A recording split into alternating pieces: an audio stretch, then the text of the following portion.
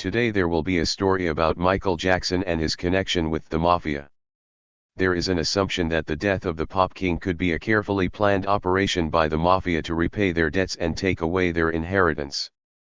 Many years ago, a book about music manager Frank DiLeo, who worked with Michael Jackson in the 80s of the last century, appeared on the shelves of U.S. bookstores. That is, at the peak of the career of the king of pop music, and knew many of his secrets. DiLeo himself is no longer alive.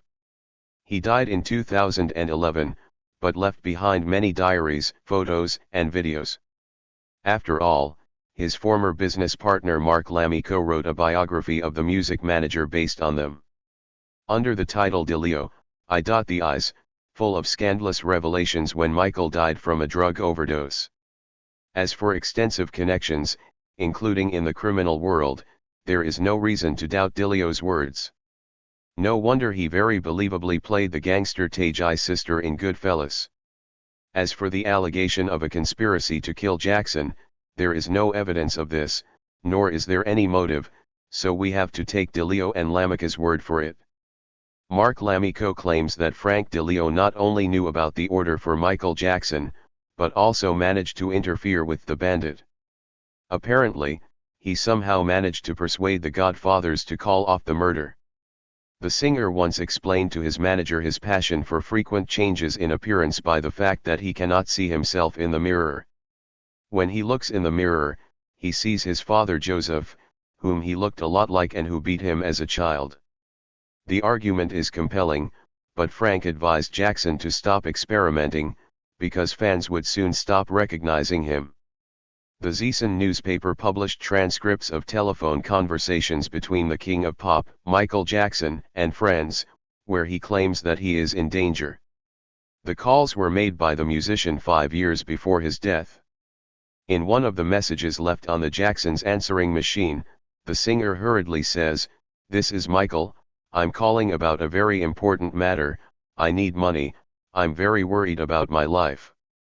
I hear rumors that someone is still trying to get to me, so I want to move, I need to hide somewhere." This tape was provided to the newspaper by an American journalist, Daphne Baruch, who is writing a book about Jackson's addiction. The singer's friends, who wished to remain anonymous, gave her the recording. In another recording, Jackson speaks, drawing out each word. "It's Michael, it's 4:30 in the morning, so I'm a little sleepy, I'm actually feeling pretty groggy. Listen to this message that I sent you a couple of days ago. I'm very worried, I don't trust this person. We believe that he is an Italian mafioso, we must outtweet him, please help me with this." According to Baruch, the recordings indicate that Jackson was taking powerful medications long before his death. The Zeeson newspaper also noted that the performer's first wife, Lisa Marie Presley, had previously said that 14 years before his death, Jackson knew that he would die from a drug overdose. Her father, Elvis Presley, passed away in the same way. Let us remember that Jackson died on June 25, 2009, at the age of 51. In August 2009, Jackson's death was ruled a homicide.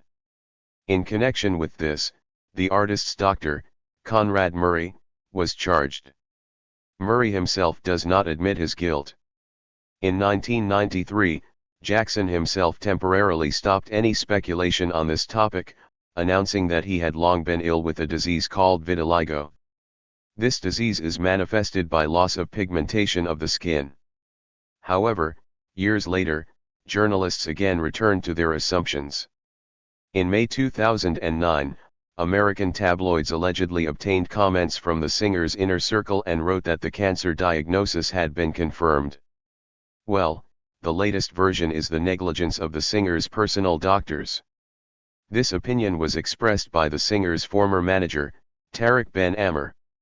It is quite obvious that the doctors who allegedly treated him for many years have a criminal role in this whole matter.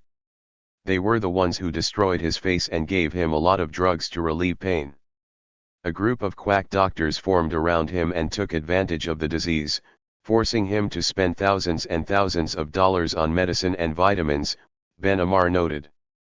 He expressed confidence that the heart attack that led to the singer's death was caused by constant use of medications prescribed by his doctors. Listing all the above reasons, and adding to them a dozen others similar to them, the media for some reason misses another very obvious violent death or murder. But as even a superficial glance at the singer's financial affairs shows, such a development of events is very possible.